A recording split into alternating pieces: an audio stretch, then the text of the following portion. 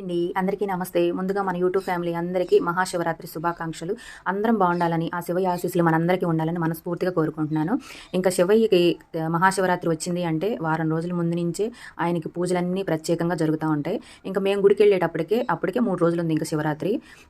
చుట్టూతా శుభ్రం చేయటము, గుడికి ముందు పందిరి వేయటము, స్వామివారి కళ్యాణం కూడా ఉంటుంది కాబట్టి పచ్చని తోరణాలతో పందిరి కూడా వేశారు.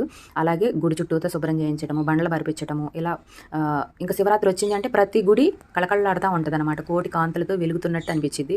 చాలా ప్రత్యేకంగా చేస్తారనమాట శివరాత్రి వస్తే. ఇంకా మామూలు గుళ్ళల్లోనే ఇలా ఉంది అంటే ఇంకా మనకి దగ్గరలో ఉన్న గుంటూరు జిల్లాలోని గోవాడ గ్రామంలో ఊరి చివర పచ్చని పొలాల మధ్యలో శివాలయం ఉంటుందన్నమాట. అక్కడైతే ప్రత్యేకమైన పూజలు జరుగుతాయి. అలాగే స్వామివారికి వైభవంగా కళ్యాణం జరుగుద్ది, హోమాలు జరుగుతాయి, అలాగే తిరునాళ్ళ జరిగిద్ది. 9 రోజులు జరిగిద్ది అనమాట.